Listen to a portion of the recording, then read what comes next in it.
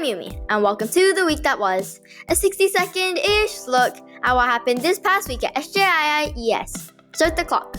Monday, Prep 1 and 2s had the school to themselves, and teachers of grade 1 to 6 could be found preparing for home-based learning, which resumed once again.